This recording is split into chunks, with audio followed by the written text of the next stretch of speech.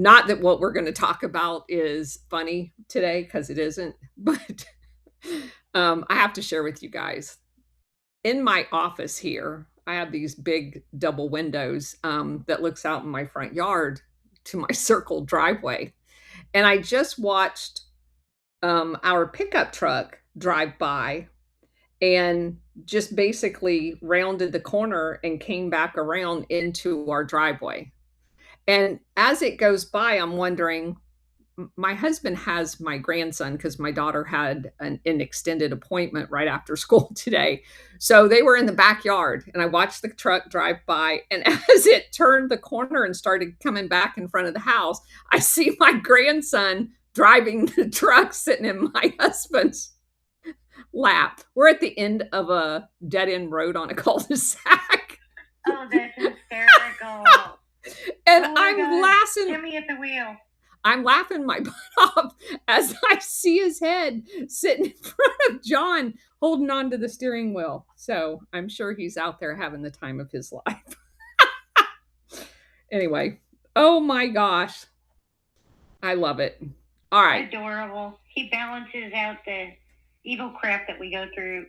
We go through these books. He does every day. And so I had read a book about a year ago called Safe for Democracy: The Secret Wars of the CIA. And I had it next in line to do. So I went out to get it. It happened to be right beside a book I read about 2.5 years ago. And this book is about, oh, there they are again. This book is about it's literally a book that is a whistleblower's statements, submissions to Congress, that was very widely distributed to military officers at different commands. And it encapsulates much of what we're talking about. And it seems with all of the stuff going on with Credit Suisse and UBS and all of those types of things to be way more important than what I had originally thought of it when I read it. I really read it kind of as a background for figuring out the financial piece of this whole puzzle for me. Because if you like literally just sit and think for a second with no distractions, you have trillions of dollars of illicit material, whether it's humans, drugs, narcotics, or weapons, transiting the world. So there's ships, there's aircraft, there's pipelines of movement of this material, and there's the financial piece. And the financial piece is trillions and trillions of dollars. How do you hide that? How do you take, and most of this is done with US dollars. I mean, it's a joke, but it isn't a joke that so much of our US dollar bills, $100 bills, whatever, has traces of cocaine on them. That's a lot of money laundering. That's so much money laundering that there's no way that we spend billions of dollars on systems to track money laundering that doesn't pick up trillions of dollars of money laundering. It literally, if you think about it for 2 seconds, defies logic. It makes no sense. So we're going to go through this. And obviously, I have a very smart bunch of people that watch these shows. And I'm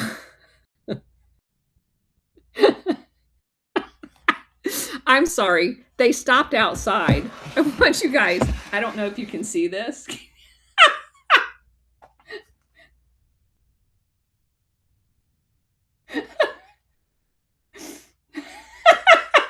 He just saw me um, in the window.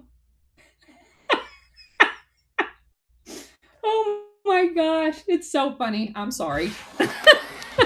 Have to share that. Okay. So we're going to go through here, and I know I have financial people with financial backgrounds, so I'm going to obviously at the end solicit comments from people that have been involved in this, and I would love to hear you guys' feedback on the material. So we're going to start with the abstract because this is literally a book of his material that he submitted.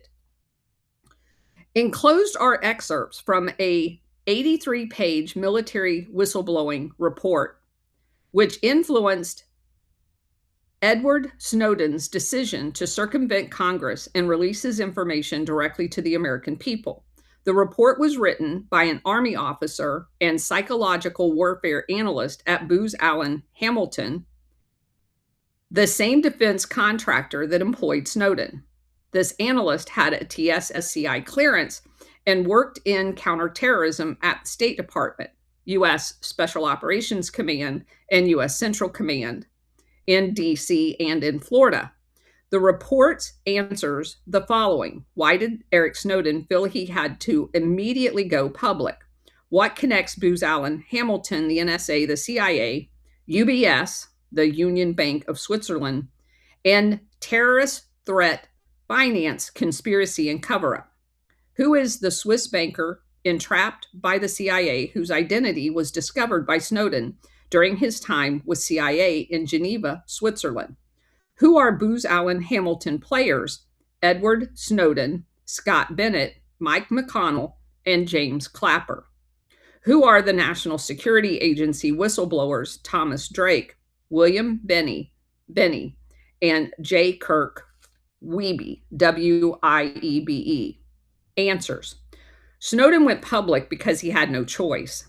We discovered what had happened to Second Lieutenant Scott Bennett when he filed reports through official channels and knew the only chance to warn Americans was by telling them.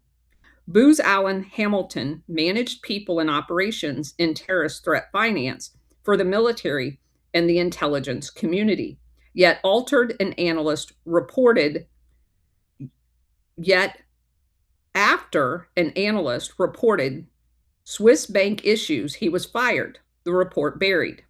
The Swiss banker, Brad Birkenfeld, was indicted, convicted, and jailed after he exposed the Union Bank of Switzerland, UBS, terrorist threat finance connection to the Department of Justice and the intelligence agencies. Scott Bennett was a Booz Allen Hamilton associate and Army officer who worked as a terrorist threat finance analyst at U.S. CENTCOM and was indicted, tried, and convicted on charges after he sent two reports up the chain of command. One predicted the Benghazi attack. The other exposed the conspiracy and cover-up of UBS, Birkenfeld, CIA, terrorist threat finance connection. And for those of you asking, he was an Army reservist. So he was civilianly employed by Booz Allen Hamilton. Ironically, Birkenfeld and Bennett ended up in the same unit, in the same prison, and compared notes, each connecting the other's dots to arrive at a terrifying conclusion. Mike McConnell was the director of National Intelligence, DNI, during 2007-8 and saw the intelligence reports from CIA about UBS Birkenfeld. McConnell is now the vice chairman of Booz Allen Hamilton and runs Cyberwar. James Clapper is also an ex-Booz Allen executive and presently the director of national intelligence. He has seen Snowden and Bennett's in Hamilton, has even been questioned in the terrorist finance UBS, Birkenfeld, CIA, Booz Allen Hamilton connection ever. Clapper made the least untruthful statement before Congress when he lied about Snowden's NSA monitoring of Americans and failed to discuss Bennett's report confirming the UBS Birkenfeld CIA link Snowden released, as well as the connection to Booz Allen Hamilton both Snowden and Bennett shared. NSA whistleblower Thomas Drake, William Binney, and J. Kirk Wiebe were indicted, prosecuted, and lives trashed after legally exposing illegality by the NSA. Most disturbing of all, Leon Panetta, Secretary of Defense, was a Booz Allen Hamilton man as well. This is only an excerpt. The entire 83-page report may be obtained, and then he gives you some contact information. He goes on to say, in Mel Gibson's masterpiece film Braveheart, there is a scene where the nobleman who betrayed William Wallace on the battlefield, abandoning him during the fight in favor of bribe money and political title, is asleep in the subsidized bed, tossing and turning as he's tormented by a nightmare of a blue-faced, painted sword swinging Wallace galloping on horseback against the black backdrop of flames, chasing after him, startling him awake in terror. As he whispers, relieved that it was just a dream, the bedchamber's door suddenly burst open by Wallace atop a horse. As he rides in, steps onto the bed, unfurls a massive iron ball and chain, and swirls and smashes it down on the face of the traitor. I anticipate this letter will no doubt have the same effect on certain people. For right now, somewhere in the dark cubicles of the US government, there's a nervous, twitching cabal of parasite lawyers, bureaucrats from the White House, the intelligence community, Congress, the media, and the military, who have been dreading and desperately trying to bury and stop this report from ever reaching the American public.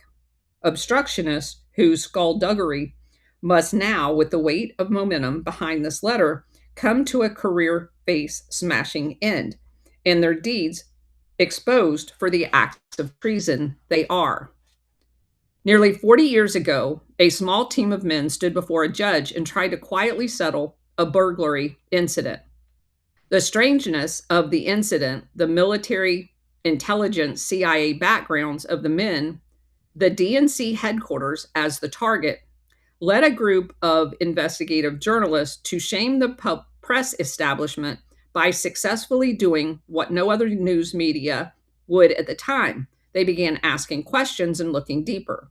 They discussed a political plot, triggered a congressional investigation, and as more men were dragged in to testify, revealed a government orchestrated conspiracy which eventually toppled a president with delusions of infallible kingship.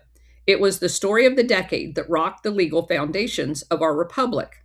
Then a decade later, a military officer answered the questions of Congress about the duties he performed for his president, somehow all without the president's knowledge, out of love of country. Obviously, he means the Contra affair. When another American intelligence operative, a CIA agent, testified before Congress about how she was targeted and persecuted in order to hinder her husband, who was exposing lies that were being used to justify a war to make up the Brave New World, cleansed of extremist ideologies, which included certain outspoken American political groups, as seen by the recent IRS persecution of conservative Tea Party groups. The parallels of the Nixon-Watergate conspiracy, Lieutenant Colonel Oliver North's Iran-Contra obstruction of Congress scandal, and Valerie Plame's vindictive exposure and persecution are all interconnected by substance and innuendo to this latest UBS counter-terrorist threat financing and a Rolling Stones story too big to jail. Only this is far worse. Matt Taibbi's article, Too Big to Jail, in the February 28, 2013 issue of Rolling Stone exposes the connection between terrorist threat financing and international banks like HSBC, which of course we've exposed as well. Unfortunately, It's only half the story. The Rolling Stones article reveals only the tip of the oil black iceberg of government corruption with regard to terrorist financing, global banks, defense contractors, and intentional military intelligence failures. Now, of course, we've basically come to the conclusion that there's no organic terrorist organizations. They basically are all created, funded, trained by intelligence services. The real story revolves around a whistleblowing report written by a U.S. Army officer and terrorist finance analyst to U.S. Civil Affairs Psychological Operations Command on September 25th, 2012. A secret Senate hearing, an assassination attempt by the Department of Justice against the whistleblower, and financial intelligence sharing failures at the highest levels of government, which can only be explained as either a treasonous conspiratorial manipulation of information by the DOJ and the intelligence community against the military, or a pathetic and scandalous bureaucratic blunder which has spilled the blood of service members unnecessarily, which wasted tens of millions of dollars and exhausted our nation to the point of fatigue. The Army officer had extensive experience at U.S. Special Operations Command, U.S. Central Command, and the State Department in the Counterterrorism Office, where he had worked multidimensionally as a psychological warfare analyst and defense contractor. He had a TSSCI clearance, one of the highest in the nation. This officer wrote 2 whistleblower reports to Congress. One examined impending psychological warfare attacks against the American people and the military. The other exposed and analyzed terrorist threat financing by international banks and the intentional cover up by civilian U.S. government officials. One report warned of the Benghazi, Libya attacks. The other addressed the deeper, more insidious aspects of the issues raised in Matt Taibbi's recent Rolling Stones article about HSBC terrorist bank accounts and the concerted effort to punish and silence whistleblowers who discovered and reported intelligence to authorities whose job it was to use such intelligence to defend the nation. When it comes to financing international terrorists with secret foreign bank accounts and then covering it up and silencing the whistleblower who reported it, nobody quite does it better than the U.S. government, more specifically, the Department of Justice and the U.S. Senate. After you're reading this article in an American publication, then it means the U.S. media has not abandoned its sacred post of freedom in vanguard of democracy, which of course we didn't read it. We read it in this book. Or the internet unplugged as a EKG monitor of the U.S. Constitution's life support. If you're not reading it in an American publication, then they've abandoned their post, their oath, and refused to speak truth, stuck their collective heads in the sand, along with congressmen, senators who've read the report and shamelessly sold their birthright for the sour pottage of Obama's Orwellian patriotism to a paranoid new world of drone-enforced executive orders. If the American media is not publishing this, then you must thank the outside world's media for standing up for what is right and true. The truth is a report written by a defense contractor and Army officer, blah, blah, blah. This report exposed and analyzed in great detail how the Department of Justice, the Senate Permanent Subcommittee on Investigations under Senator Carl Levin, and then Senator Barack Obama, the Senate Armed Services Committee, also under Senator Carl Levin, the Justice Department, the State Department, and certain agencies in the intelligence community colluded to betray, prosecute, and cover up UBS whistleblower Brad Birkenfeld for exposing and reporting on UBS terrorist threat finance connections. This report was written to Colonel Jeffrey Jacobs, commander of the U.S. Civil Affairs Psychological Operations Command, on September 25, 2012. After receiving no response, the Army officer felt compelled to send it to Congress and the Pentagon Inspector General a month later, out of duty and his oath. This illicit terrorist threat finance foreign bank connection indicated and was reported through this submission. The report was sent to Inspector General Lynn Holbrooks, as well as over 30 congressmen and senators, including the committees of Armed Forces, Homeland Security, Terrorism, Finance, and Intelligence. It was an official whistleblower report. However, again, no response was given and nothing was done. The reason for this lack of response, of course, was one four-letter word, which seems to symbolize modern politic and military leaders, as well as the psychosis suffocating our sense of national identity: fear. By revealing the existence of this connection between UBS and the Islamic terrorist, the military and intelligence community would be, once again, properly defined as bureaucrats in uniform, as efficient as a Maytag repairman with an unplugged phone. They would be seen as either failing to discover this terrorist threat finance dimension of the UBS Birkenfeld whistleblowing drama, or intentionally failing to act despite their knowing, leaving them with the blood of servicemen on their hands from the bombs and bullets bought within the UBS wrapped dollars, similar to the pallets found in Iraq's early invasion. So fear governed the military defense contractor and intelligence community's response: fear of exposure, accountability, repercussions against either their complicity or their ineptitude. Fear also inspired politicians, addicted to their reelection and neutered by political correctness. They frantically covered their ears, eyes, and mouth, assumed a fetal position of denial, hoping the report would just go away and perhaps the writer of it mysteriously disappear.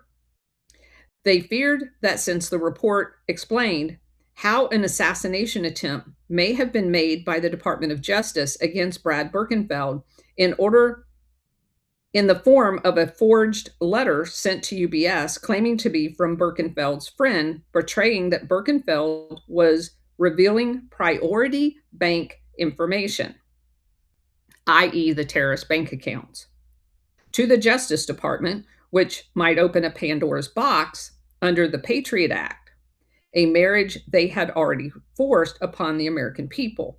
After all, the most logical party guilty of ordering an assassination attempt was the Department of Justice itself, specifically attorneys Kevin O'Connor and/or Kevin Downing, who interestingly had ties to ex-mayor of New York, Rudy Giuliani, Abdullah Aziz, mentioned as an al-Qaeda financier in Matt Taibbi's recent article, Too Big to Jail, and foreign banks. The report explained how 1 month after meeting with the DOJ officials and giving them his cell number, Birkenfeld's international banking friend from London had received a call from UBS asking him why he had sent them a letter exposing Birkenfeld's meeting with the Justice Department. He denied ever writing such a letter, obtained a copy of it, showed it to Birkenfeld, and in shock and outrage at being violated, demanded to know what was going on. Birkenfeld then explained he was meeting with DOJ officials but couldn't discuss why. Despite confronting and demanding an explanation from the Justice Department about the letter, no response was given. The explanation was being written on the wall. Birkenfeld's revelations about terrorist financing by UBS would expose accounts and activities by the U.S. government, CIA, which mentally, he calls them mentally medicated politicians, simply didn't want to know. So in order to not have to suffer the strain of honesty and give an answer to the American people about UBS accounts being used to finance terrorist threats against American sons and daughters in the military, a plan was devised That plan would be to bait Birkenfeld into giving testimony before the Senate Permanent Subcommittee on Investigations, chaired by Senator Levin, and then switch the discussion to American tax evasion and money laundering issues so that the Justice Department could entrap Birkenfeld in his own disclosures, despite him being promised immunity. Cobbled together a rickety legal case against him, then threatened, prosecute, and silence him with a plea deal that would remove him from the public eye via an NDA as quickly as possible. This is the real reason Carl Levin is rushing to retire from office. Conveniently, this would guarantee loyalty from the UBS chairman for Americas, Robert Wolf, and bind him into becoming a financial campaign donor and supporter of then Senator Barack Obama, who was also on the committee and running for president of the US against John McCain in 2008. Interestingly, Attorney General Eric Holder and Assistant Attorney General Lanny Buer worked for the law firm Covington and Burling and also represented UBS prior to them joining the Justice Department. This wasn't mentioned in Matt Taibbi's article explaining why Lanny Buer, B-R-E-U-R, and Eric Holder gave deferred prosecutions to big banks, including UBS. It was because they worked for these banks in the past. This is just like what we have seen over and over with these lawyers. And no doubt expected to again in the future. That deferred prosecution was given and had nothing to do with the red herring of saving jobs or destabilizing the financial markets. However, despite also being chairman of the Senate Armed Service Committee, Carl Levin refused to share any of the information disclosed by Birkenfeld about UPS financing terrorists through its secret Swiss accounts and internal instruments such as the Optimus Foundation, OPTIMUS, with the Armed Services Organization, whose central mission was to combat, destroy, and prevent terrorist threat finance operations and networks. This organization was U.S. Central Command's terrorist threat finance team, managed by defense contractor Booz Allen Hamilton at MacDill Air Force Base in Tampa, Florida. I know this because I was a member of the team, and neither Senator Carl Levin nor President Barack Obama nor any member of the Congressional Committee ever allowed Brad Birkenfeld's testimony or financial information to be shared with the CENTCOM team. It was only after I met Brad Birkenfeld, after he was imprisoned, that I discovered how incredibly valuable his financial information was and how much obscene skullduggery, corruption, and treason may have been committed against our military by allowing terrorist UBS financial networks to remain undisclosed, untargeted for political reasons. It was only after I spent months with Birkenfeld placing together all of the intelligence material, WikiLeaks cables, bank statements, reports, letters, interview he had accumulated in an effort to vindicate himself, that I stumbled onto an outrageous irony and astonishing, if not miraculous, coincidence. My job had been to work within the military intelligence matrix to identify, analyze, track down, and destroy terrorist finance networks and operations. Yet the information most necessary for combating these terrorists was coming to me not from the intelligence community, but from a jail cell, not from a professional military analyst, but from an imprisoned civilian banker. And never would we have met had the same government, which imprisoned him for whistleblowing about the Swiss bank financing terrorism, not also imprisoned me for discovering and trying to expose the same menace. Whether out of impossible coincidence or divine intervention, Brad Birkenfeld and I ended up in the same prison, down the hall from each other. And upon seeing and discovering our individual stories, formed a revelation that truth is indeed stranger than fiction. Here's where the story takes a turn towards bizarre and makes the wise seem foolish by showing how accidents can be appointments. I was given a direct commission as an officer in the United States Army Reserve based on my experience at the Bush administration, advanced degrees, and prior work in psychological warfare and intelligence analyst at the State Department and the U.S. Special Operations Command Military Joint Information Support Center. After completing officer training, I had been asked if I would consider becoming a terrorist threat financial analyst at U.S. Central Command and transferred to Tampa within a month. It would be more than a 9-to-5 job. It would be a mission to end the war on terror by destroying their network and source of money. I was told they desperately needed psychological operations and counterterrorism background and would infuse my defense contractor work into Army duty so that I could work both and perform military drills at the same location. Although it meant relocating my entire life from DC to Florida, I did it.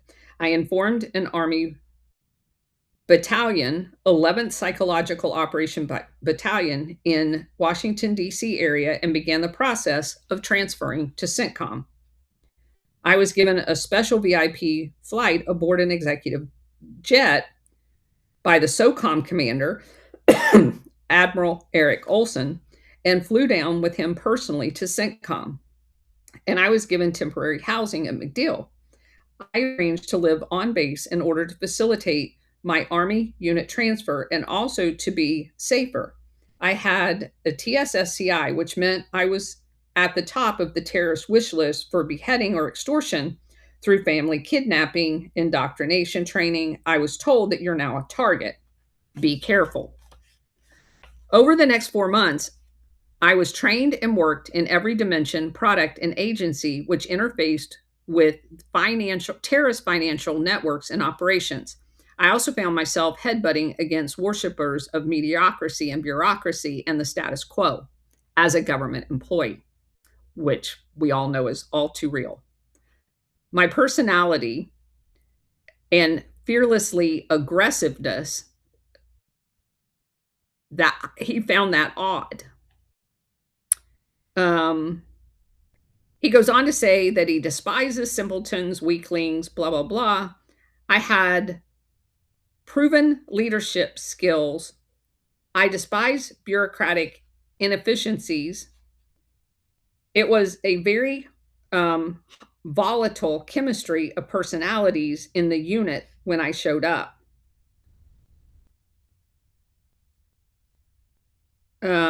He also goes on to say that the Obama military intelligence finance secrets would wreck his relationship at this unit because he was getting into things that made a lot of people uncomfortable. The Swiss bank, like UBS and HSBC, had in fact been financing terrorists, and the intelligence community was concealing it. Now, in the interest of space and copyrights, never mind national security, I cannot express here the vast knowledge and experience I absorbed while on this adventure, only to say that is quite the voyage. He goes on to disparage the interworkings of the intelligence community and how he was frustrated in attempts to do his job. The terrorist enemy doesn't hit us where we're strong or protected, but where we're the weakest and most vulnerable. That was his attitude. I went into the job as a terrorist threat finance analyst to examine, probe, and dissect all aspects of the operation. I familiarized myself with all of the U.S. agencies, military combatant commanders, blah, blah, blah. I was given a workstation in a joint interagency operations center Also known sometimes as the Joint Interagency Group, and work with an assortment of government agencies, including the State Department, Treasury, Justice, Homeland Security, CIA, Immigrations and Customs, and others that are classified. I was tasked with interviewing all the different agency teams to discover their expertise in terrorist threat finance and to formulate recommendations to improve functionality. This meant identifying duplicative and unproductive operations within the agencies, developing plans, timetables for eliminating them, and synthesizing the best practices and expertise of various government and military agencies into the Booz Allen Hamilton team. Of course, this was somewhat unpopular and strenuously resisted. I've been there, I know. Since they had formed a nest in CENTCOM and built up a bureaucratic culture, immediately after September 11th, 2001, and typical bureaucracy, they viewed each worker and task of their particular agency as essential, regardless if it was being duplicated in other areas. Since one thing military personnel and bureaucrats or their subcontractors are aware of, bureaucrats hate to lose power to the private sector. The unfortunate result was a military government intelligence community dysfunctionality with regard to terrorist threat finance and a refusal to communicate and share information. Again, I've lived this firsthand. It was a surreal turf war between military commanders fighting for power, government agencies occupying space without really producing anything, and private sector contractors trying to work within the dynamics. Most offensive to me as a military officer was the fact that this power struggle between CENTCOM, SOCOM, and civilian government agencies and defense contractors was extending the killing, maiming, and suffering of military personnel by dragging out the war unnecessarily, by wasting time, resources, and refusing information about the Swiss banks, such as UBS, which the terrorists used to finance their personnel and operations. The sad result of America's security was undermined, and our sons and daughters were sacrificed on a battlefield. Despite my attempts to synthesize the intelligence and triangulate the Swiss banks like UBS as a hub between Iran, European terrorist networks, as well as design psychological operation campaigns, I was regularly blocked and discouraged from delving too deep or being too aggressive. Additionally, my recommendations for filtering Islamic lecturers in order to avoid infecting young soldiers' minds with ambitious, contradictory propaganda was also scorned. It seemed endangering the mission by crippling soldiers with the paralysis of moral confusion on the battlefield and more acceptable to a risk that could be confronted by avoiding it.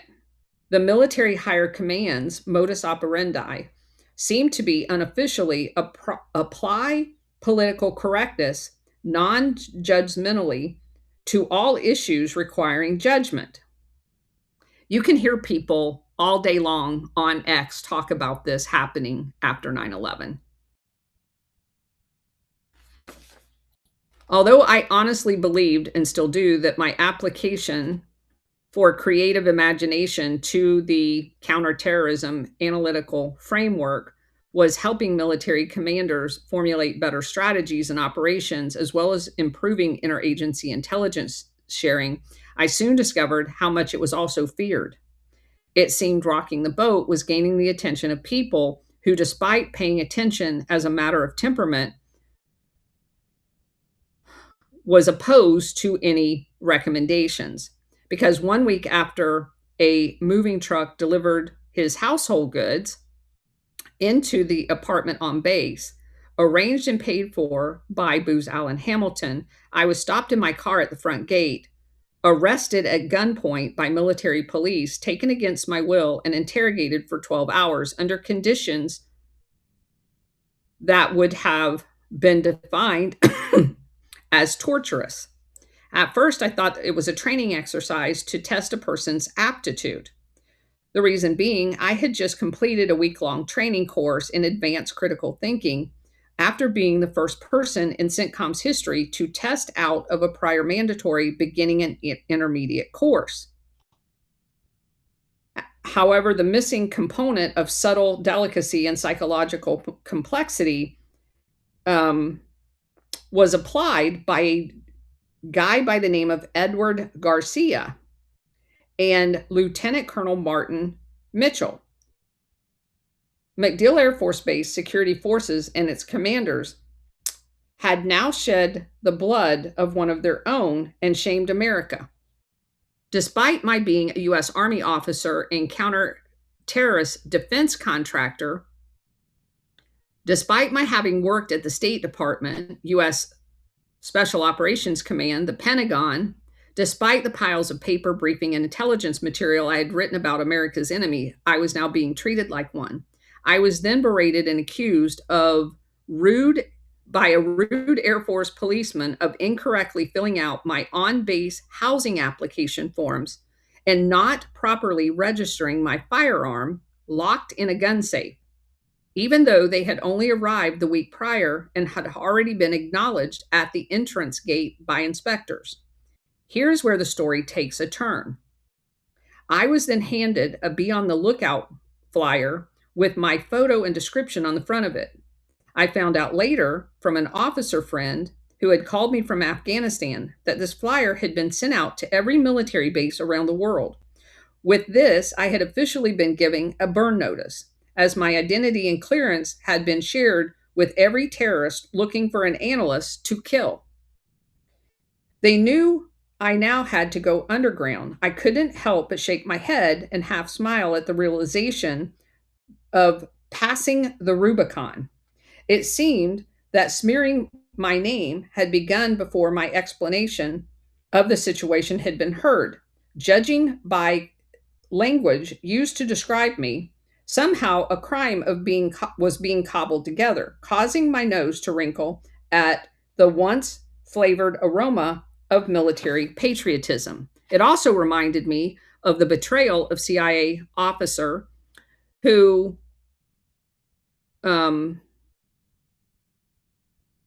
he goes on to talk about the whole Valerie Flame incident. He says, in a well-protected sequence of moves, I was then handed a pink violation ticket, an unusually long complex of series of warrants and letters removing me from the base and my position.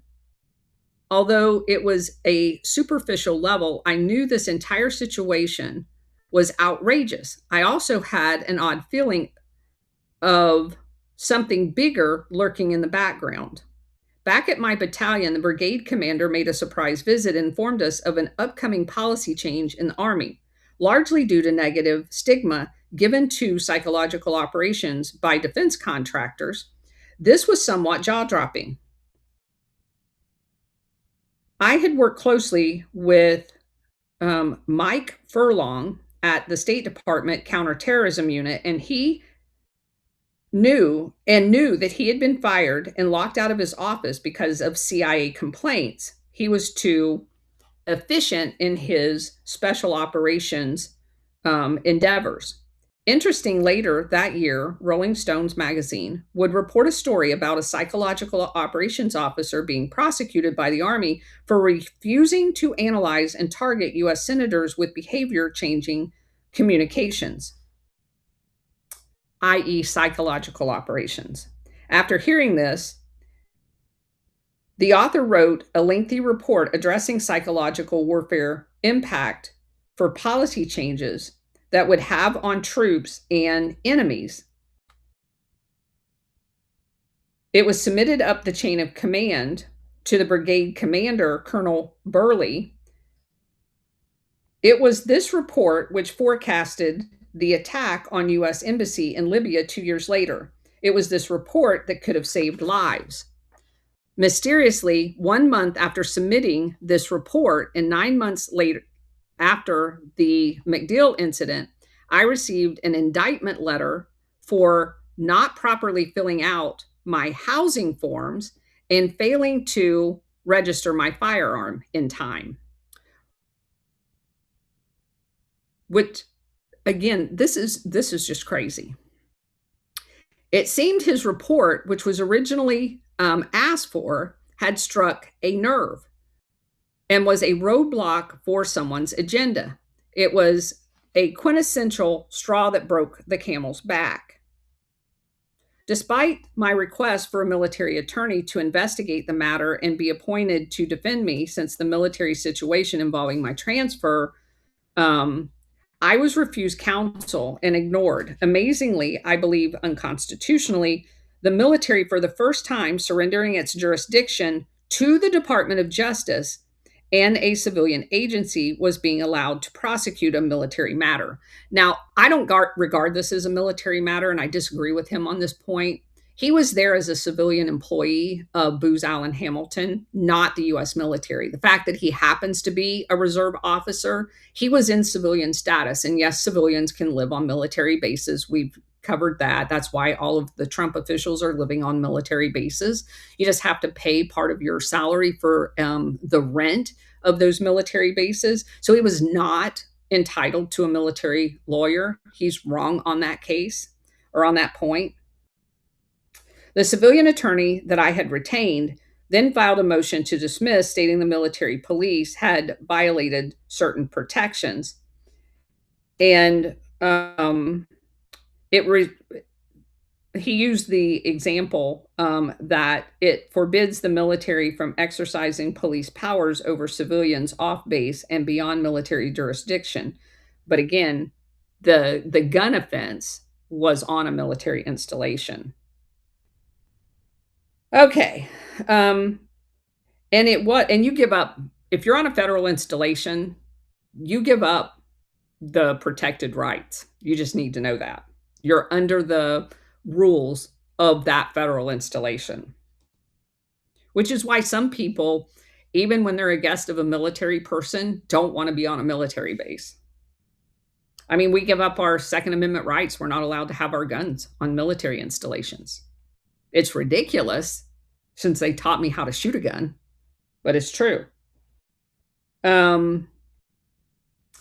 So he goes on. However, the magistrate judge, unwilling to rule against the military or Justice Department, so he's awaiting trial. The prosecutor, Miss Sarah Sweeney, invented several different scenarios and had him followed and engaged in, according to him, illegal harassment.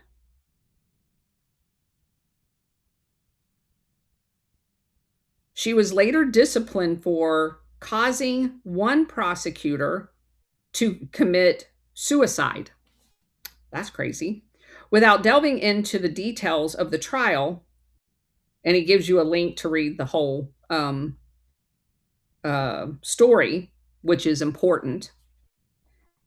How Islamic paranoia, political correctness, and defense contractors are crippling American military commanders.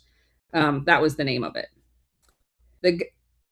He talks about the government corruption ensued, and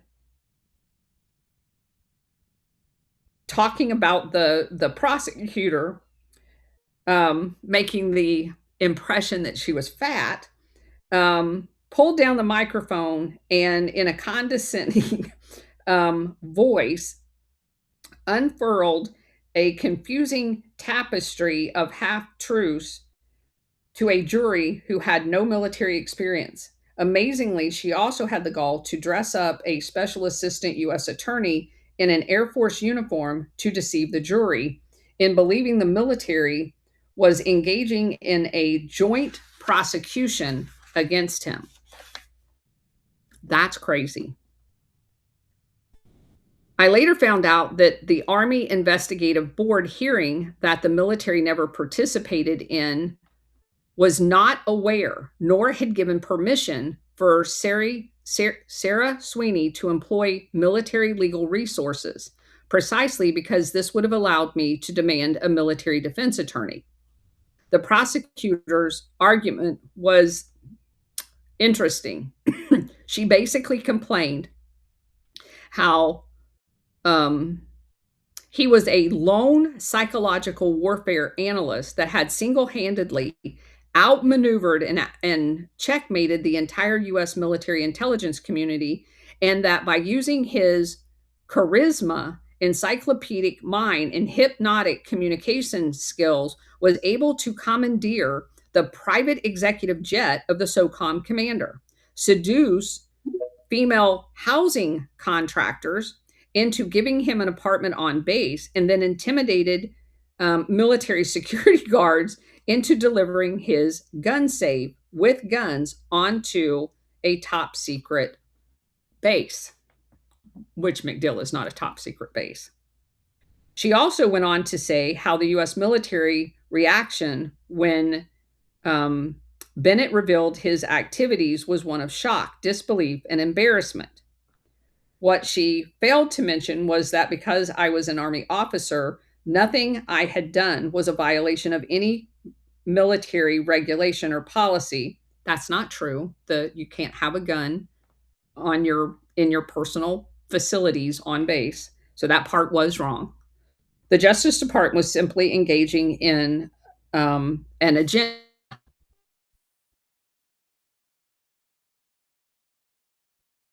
He goes on to say that the ironic was the fact that I had executed his job as part of a top secret plan,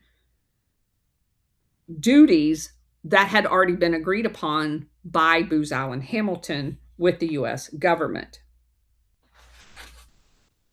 Although the military protocol expert witness, Major Mark Brewer, had testified that nothing I had done violated military law, the jury had been prejudiced and misled by the performance of the assistant U.S. attorney. The government made a paperwork error appear to be a Fort Hood shooting plot and wore the Captain America myth to shame the jury into complicity, according to him. To make a long story short, the jury found him guilty, causing the U.S. attorney to dance about uncontrollably like a puppet. The judge then proclaimed all of my firearms and ammunition could be confiscated by the state, beside them being legal. And after a few handfuls of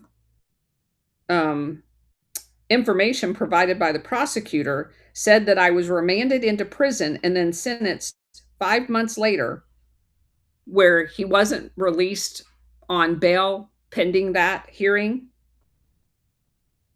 5 months later, I returned for sentencing, and instead of the expected 1 to 7 month guideline, he was given 3 years in jail. For the next several months, he was lounging around in prison, and he describes a whole bunch of the books that he was reading. I won't bore you with those. He said that he spent several trips being shuttled around to different prisons, which of course is just what they did to the January 6th people, being treated to filthy conditions inside America's Bureau of Prisons was an education itself. And he goes on talking about some of the people that he met during that time period.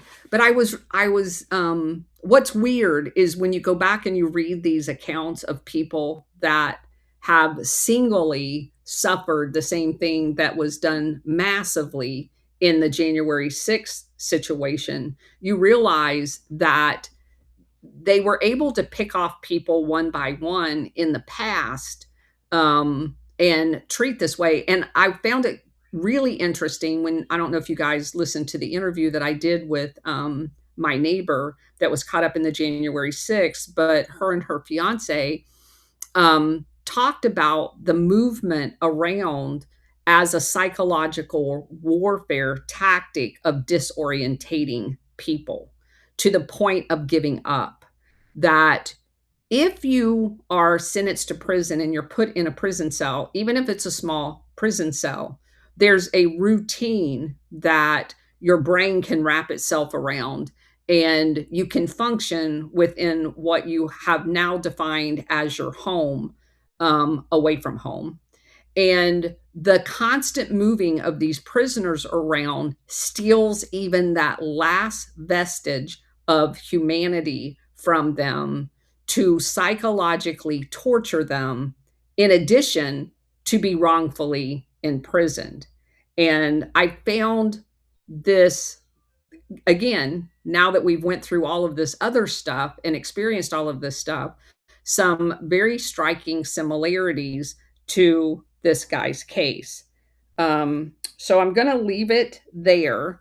I just wanted to give you his background and how he ended up in prison. And then we're going to move on to the financial pieces of this because it fits in with the article that this morning about the unveiling of this financial apparatus that when you start doing the fitting all of the pieces together, I was struck by this total encapsulation of this overall system within a system. And that's the financial piece of this. That I could, in a matter of a couple of days, because people in this arena now provide me with information, take something that seemed like completely different things, like Ghost doing his show on the Egmont, and he had just stumbled across it, and texting him back and forth last week about why it's important because I had come across it before. And then on a completely separate plane, I'm talking to the guy that's going to be working on the brain chart, and he had sent Warhamster and I some screenshots. And one of the screenshots that he just so happened to take, because it's a huge map. And I'm just clicking through the screenshots in the DMs, and one of them is the subsidiaries of the Royal International Institute of institution. I don't know, RIIA. I always get them, the Royal International Institute Affairs or whatever. That they had subsidiaries, which I knew, I just didn't know them by name, throughout Europe. And I'm looking down and I find the name Egmont as the name of the institute, which is the subsidiary to RIIA in London, and it's called Egmont Institute.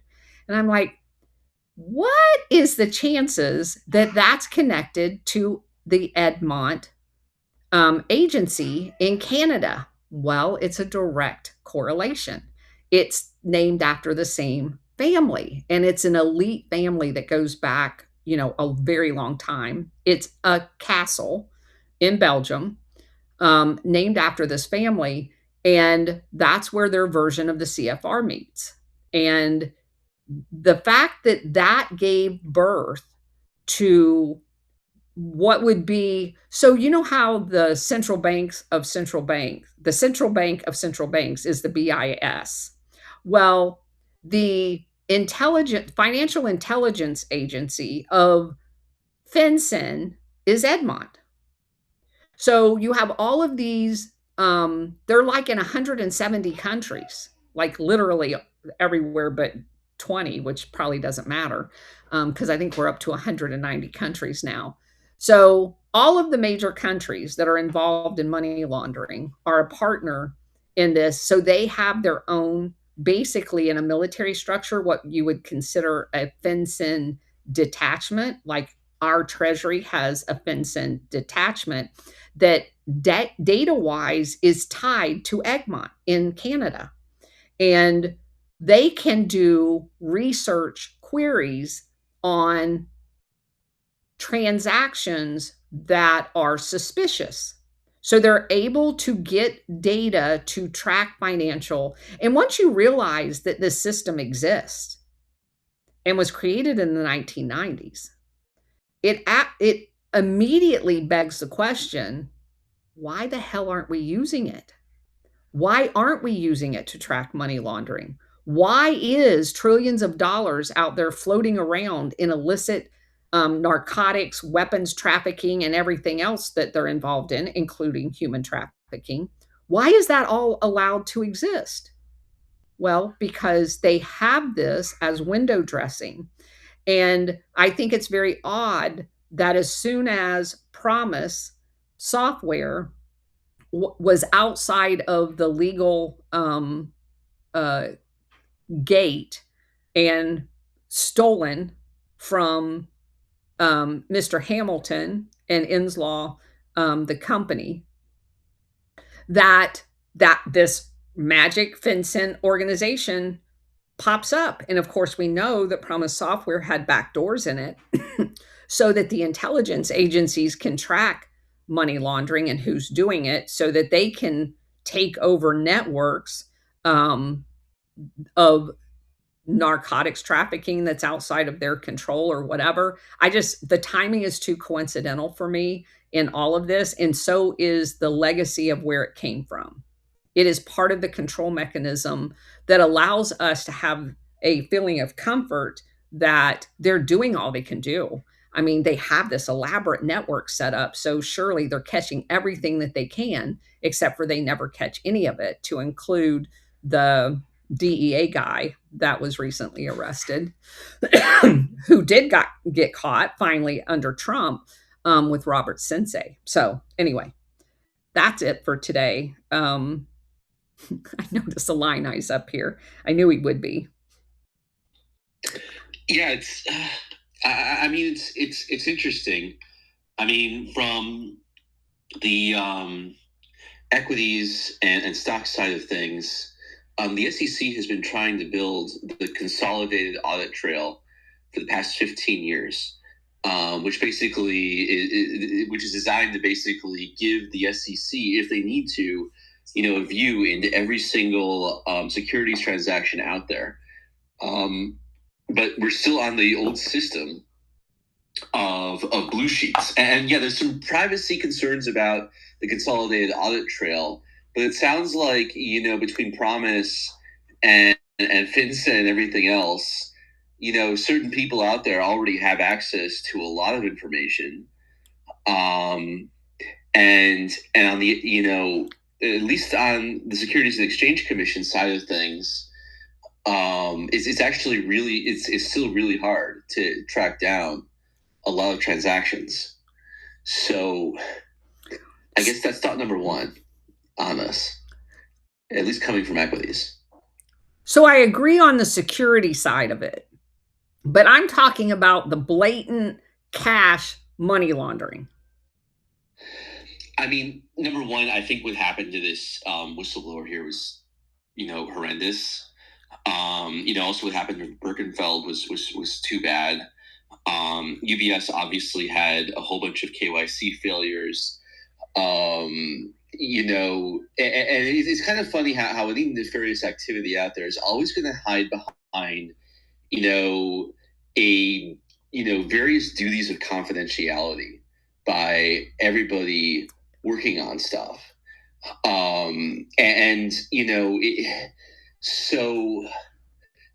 Swiss banking secrecy is pretty famous, but the sad part is that Birkenfeld wasn't prosecuted in Switzerland.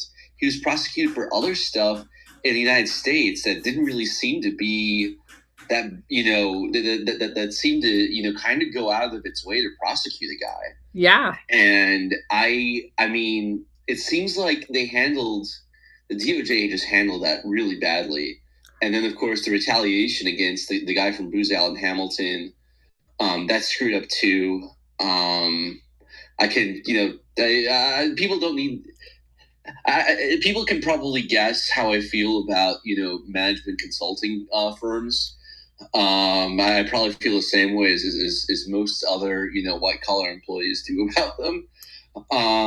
But I just think that there's just too many problems with this whole story, and there's just too much retaliation going on. And I think it's clear that they were probably trying to conceal the true source of funds behind the terror financing. Exactly. And I feel exactly the same way you do. About the consulting people, I've had to work with them extensively when I was on active duty, doing multiple different activities. And what's interesting to me is because a lot of these are controlled by the intelligence networks and it's kind of their um, way into the Defense Department. Um, we've talked about Booz Allen Hamilton and we've talked about Rand and we've talked about all of these government contractors. It is literally their way in the back door. And these consulting contracts exploded after 9/11. You had it before it, but they exploded after 9/11. And they started under Clinton with the outsourcing and the downsizing of the military. That was the excuse that they used, that we were going to save money and we didn't have to pay the retirement of these people and all this other stuff. But as soon as they downsized the military, the contracts exploded in cost. So, for example, and this is nothing pertaining to what we're talking about here today, but if you go to a base, a military base. When I first came in, airmen on Saturday and Sunday did all the lawn maintenance. You mowed your squadron headquarters, you mowed around your office building. That was details. You had to do them. And that was the beauty of getting promoted to NCO status is you may, as a low NCO, be a detail supervisor, but you didn't get to you didn't have to mow anymore. You didn't have to pick weeds. You didn't have to do any of that crap. Well, in the downsizing, that was all contracted out. Nobody mows the lawn that's in the military on any military base. That's all contracted out. Now, it didn't cost the military, other than the maintenance of the lawnmowers, a damn thing because I was already being paid. So they outsourced this at a very low rate initially. And then you go back over time within the first 10 years, those contracts had like quadrupled in what they were costing. They cost more than if you'd have just hired more airmen to mow the lawn, and including their retirement because they don't get paid peanuts anyway. So it was a guise to start outsourcing military capability. And once they did the low hanging fruit, like lawn maintenance and stuff like that, they moved up the chain. And that's where this explosion in consultants occurred. So the military, the headquarters at the Pentagon is limited to a certain footprint. And there was massive during the downsizing empty offices in the Pentagon. And so they eventually are overflowing with defense contractors. And many of these defense contractors are in bed with the CIA and everybody else. So they have immediate access and the security clearance to give them information that they shouldn't have access to. They also, because of their presence on many things like this terrorist financing, they can skew the results of it. They can steer commanders outside of finding them.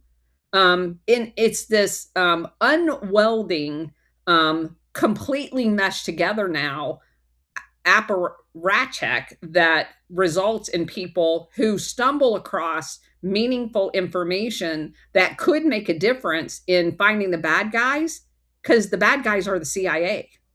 And this is what happens to anybody that's on active duty or one of the consultants that's a good guy. If he stumbles across that information, he will be dealt with accordingly. SR, go ahead. Thank you, Colonel. I appreciate that. And thank you all for attending here on Spaces In on Rumble. Now, let me see if I understood this correctly. They hired this guy, or this guy was hired. He worked for Booz Allen Hamilton. He's hired to come out and track what's going on with terrorist financials. Correct. Okay?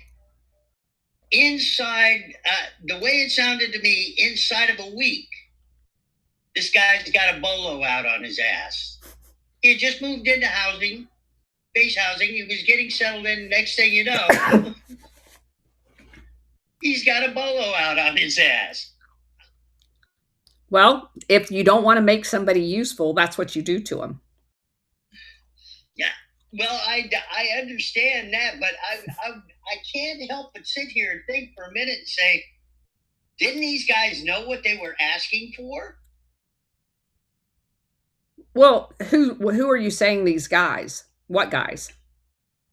The people who were asking him to come out there and do what they asked him to do. Yes, but not to the extent that he did it. They didn't want him to find anything.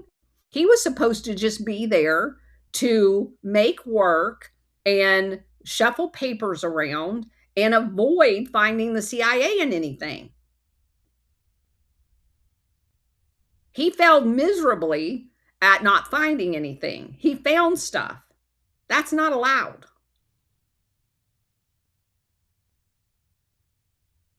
I guess what really surprises me is, didn't the CIA know that this was going to happen? Well, obviously they didn't. They vet practically everybody they throw in there. They think that, well, first of all, there's a hubris that they think that they have hidden their actual nefarious activity so well that the peons can't find it. And they also are very certain that if a peon stumbles across something they're not supposed to, whether they're a contractor or active duty or whatever, that they have enough people groomed in these organizations that they're going to take care of anybody that happens to stumble across real information. And it works beautifully. They set people. I mean, these are the same people that put drugs. Ghost and I were just talking about that. That supposedly, according to the Colombian president, there was an operation to set him up in the United States to get him arrested. Whatever company runs the dam in Colombia, we were just talking about that this morning. There's all kinds of reports of flooding out there. And so, as the president of the country, he takes a helicopter out there to survey the damage, and they try to sabotage his landing when he's coming back from the helicopter. They turned all the lights off.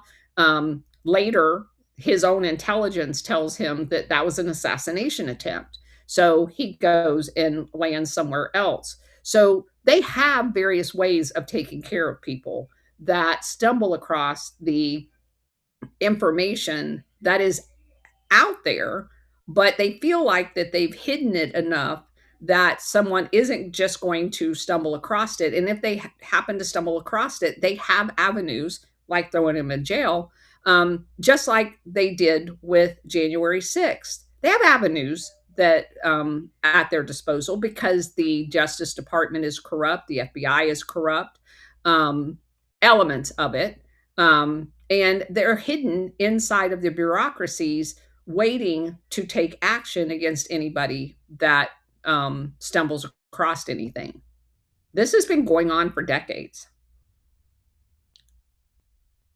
As we've illustrated. All I can say is, wow. Yeah, exactly. I'm glad I didn't stumble across any of this while I was still on active duty. It would have been fireworks. War Hamster, you're being awful quiet. Oh, it's just because it's a topic I find incredibly boring. Just kidding. EVS, we did a whole show on that. My former employer, for those who don't know, having filled out SAR, suspicious activity reports, I can tell you they track about 95% of all cross-border currency transactions. But there is a shadow banking system, and Eli and I will tell you. By the way, Eli and I just got off the phone with my buddy who lives in Champaign-Urbana, so I was thinking about you. There are so many ways of moving money across borders. That's before things like Bitcoin came around. And if they wanted to track it, they could. And it's what I've always said about the cartels. If you want to shut down the drug trafficking, we'll know they're serious when they go after the banks, because there's a paper trail on almost every transaction.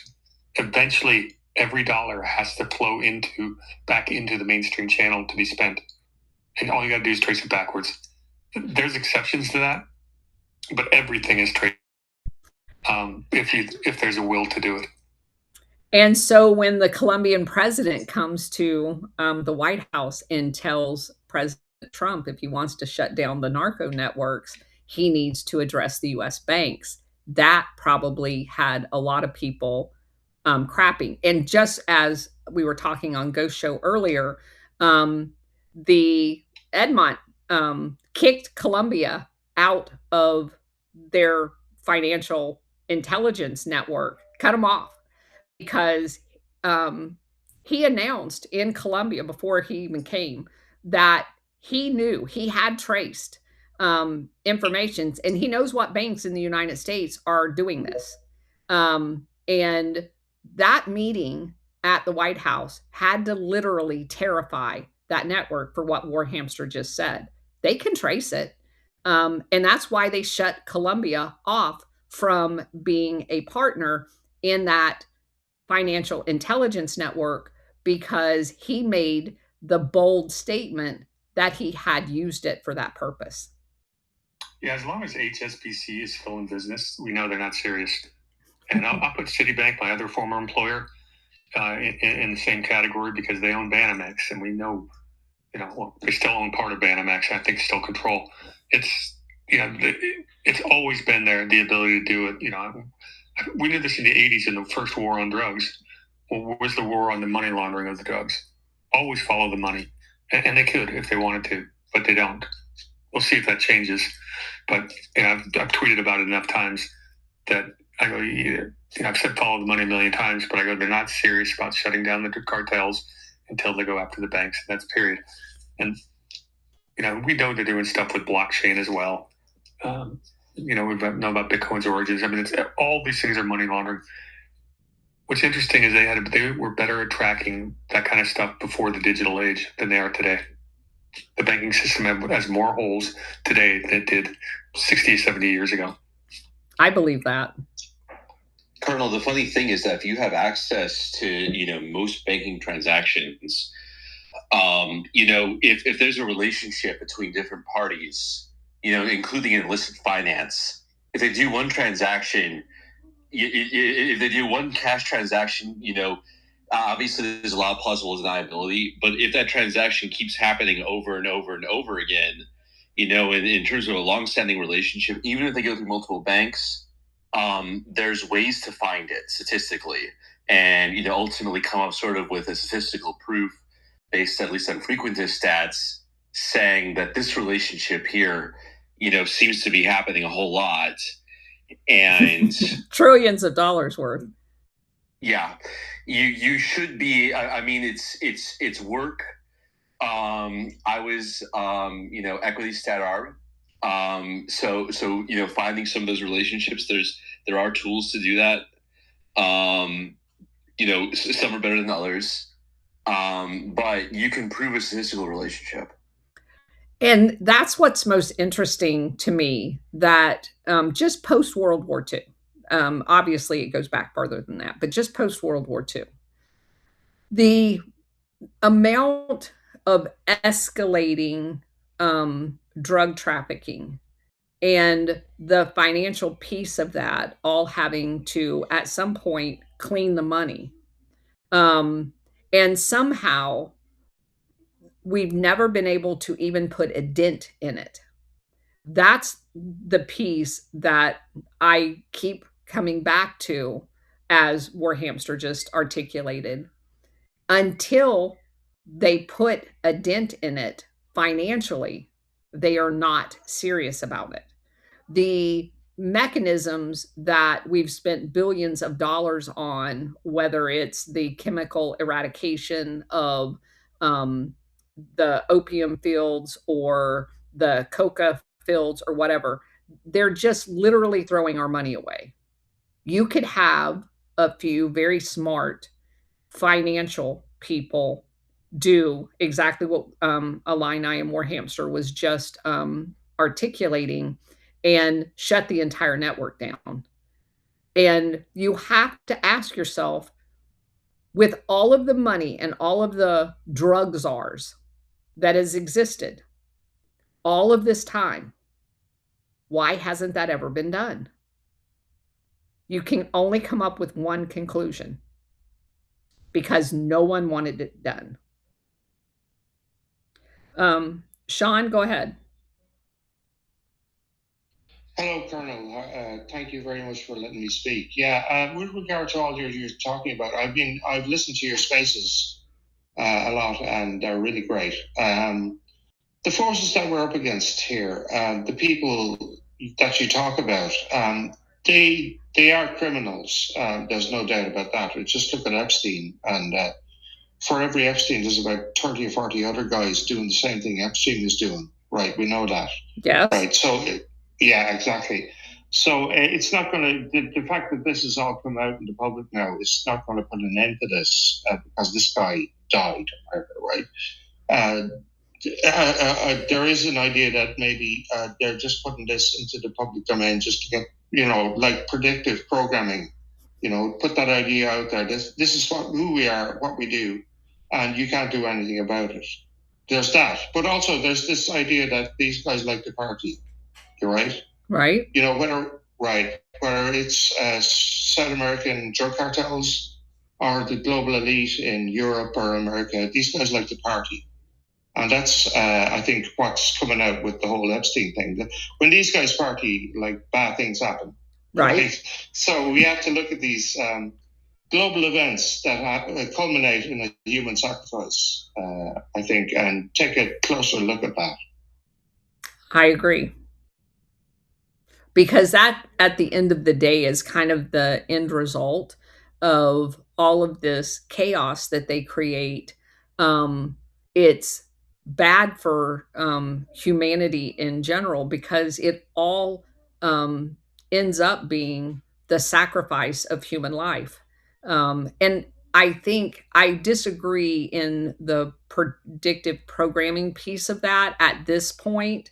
It's been known for a long time that these things exist. And I see that you're from Ireland. The European has exposed networks like this, like Mark Dutroux, Mountbatten in the UK. This has been known for a very long time. I think, and I'm praying, that this time is different. You have people now that are exposing it, not for the purpose of taunting us, but for eradicating it, and to the best that they can. And I think that you have to, there's so many people, like we learned in our last book, with some of the people that were around JFK, that just literally want to put their head in the sand. And I think we're at the tipping point at this point where you no longer can put your head in the sand. And this is going to be dealt with. And I think the whole world leadership with Putin and his exposure of what was going on in Ukraine, and all of those things are doing that. And I don't think they're being done in a disjointed way. I think they're being done collectively so that something can be done about it. And like I said, that's, I think, a prayer that we all share, but only time will tell. And Warhamster's right. We will know that they're serious when they get to the banks. Illini, go ahead. I think there's a lot of evidence out there. There's going to be multiple Epstein's. I always kind of had the feeling that all the tentacles kind of go back together. Obviously, with the Franklin case, you had, which was 1989, Omaha, Nebraska. You had Lawrence King, who ran the Franklin Credit Union, flying kids out to Washington, D.C. with Craig Spence. It was reported in the Washington Times. Kids gave sworn testimony, said that there were, satanic ceremonies after they got pressed on it. But in that one, you had, the Republican establishment. You had kids getting tours of the White House. You had George H.W. Bush. Epstein has references to Kissinger and David Rockefeller. David Rockefeller put Epstein on the Council on Foreign Relations, and he describes it, in the first 15 minutes of his video with Bannon. Yep. So, I'm trying to find the link analysis right now where these two guys, where these two scandals connect. And they probably do, because Larry King was allegedly military intelligence in Vietnam. Craig Spence, made references that he was a CIA operative. And then of course Epstein, has connections to Rumler and these other people. It seems to go back to the agency, and I'll bet you you could probably find a tie to Rockefeller or Kissinger somewhere, in both of these. And then, of course, besides that, you've got Adnan Khashoggi, who Rever on X, went through his FBI file and showed that the FBI suspected him of running a honeypot operation out of the Las Vegas Sands in '73. And then finally, of course, you got Watergate and Len Kolodny and Jim Hoogan and their, argument that there was also this honeypot operation, which clearly existed, that was connected to Watergate, called the Columbia Plaza Affair. And then, of course, there is a tie from Adnan Khashoggi to this Columbia Plaza Affair, because Adnan Khashoggi is getting investigated for making calls to the Watergate Hotel back in 1973 at the same time. The court is involved in the Columbia Plaza thing. So there's a ripe opportunity there for somebody to go out and do some more link analysis on this thing. I got a response from Nick, the guy the follow-up journalist who did the Franklin scandal in 2014, and he's done a lot of these other books. And I think it's worth going back through those. All of Gary Caradori's files, and Paul Bonacci's testimony, and trying to do some link analysis and trying to find a connection to Kissinger and Rockefeller, or some of these other families out there, because I have a feeling it connects. And that's very interesting. It does make me, I have the Franklin scandal book. It does make me want to go back with all of our knowledge now and go back through that as one of our projects, because things just look so different now that we have this international knowledge of how these systems work, to put it in perspective with our new knowledge. I've found myself doing that more and more lately. Things that I thought I had a fairly good grasp on, just kind of general education wise, that they look so different now that we know what we know. I think you're absolutely right. The author was Nick Bryant, by the way. I feel bad I had to look it up, but there's only so much of this that'll fit in your head at any one time. Yeah. I mean, you can only kind of, run about 15 or 20 or so of these Gladio style events all the way to the ground and be ready to debate them and prove it and cite your sources and everything else. And which is why I'm glad you're always here, for that reason. Because I'm the generalist, the strategic level.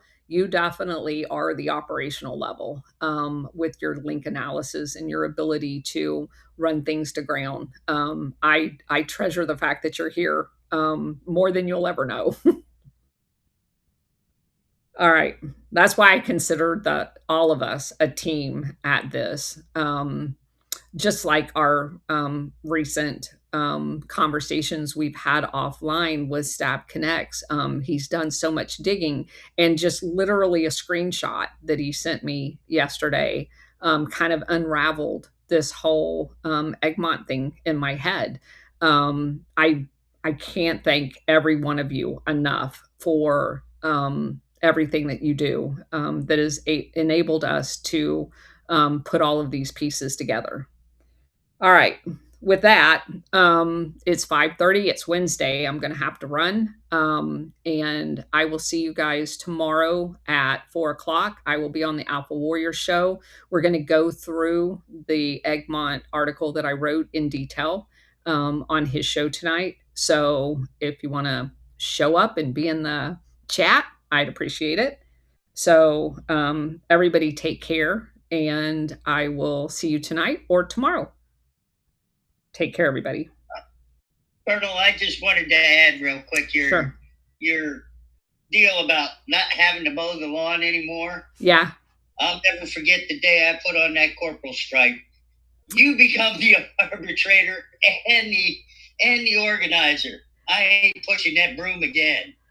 So, yeah, I have so many stories. But it's what makes you in the military. I can't imagine being in the military today.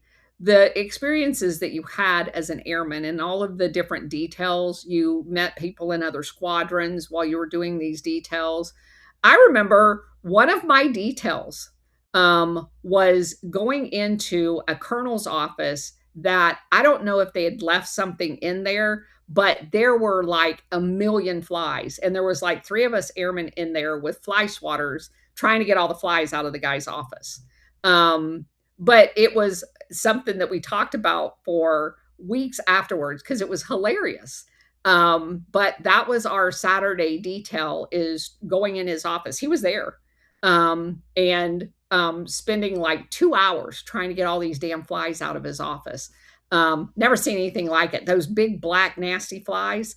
But and Chanute, where I was at as an instructor, they had all of the display aircraft all over the base because we worked, the maintenance are trained on all of those different types of aircraft. So we had aircraft on the flight line to do actual maintenance on, and we had all the static displays there. And you had to go out on Saturdays on a rotating basis and wash all of those aircraft.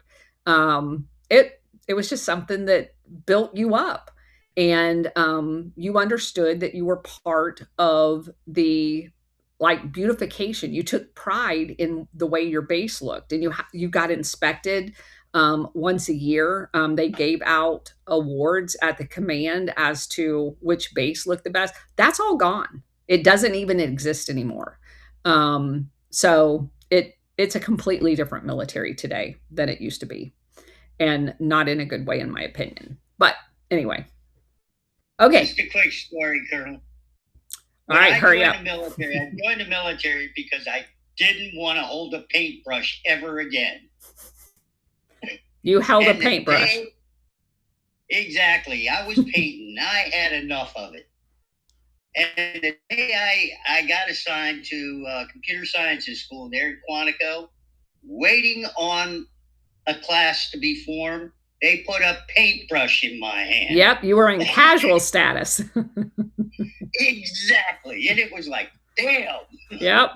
You're not. Anyway, so much for that. Yeah, Thank you're you, not going to Colonel. get away from paintbrushes in the old military. Especially if you were at attack base where they wanted to paint everything 2 tones of brown. It was the ugliest damn thing I'd ever seen. But anyway, it got done. All right, everybody, take care. I will see you tonight or tomorrow. See ya.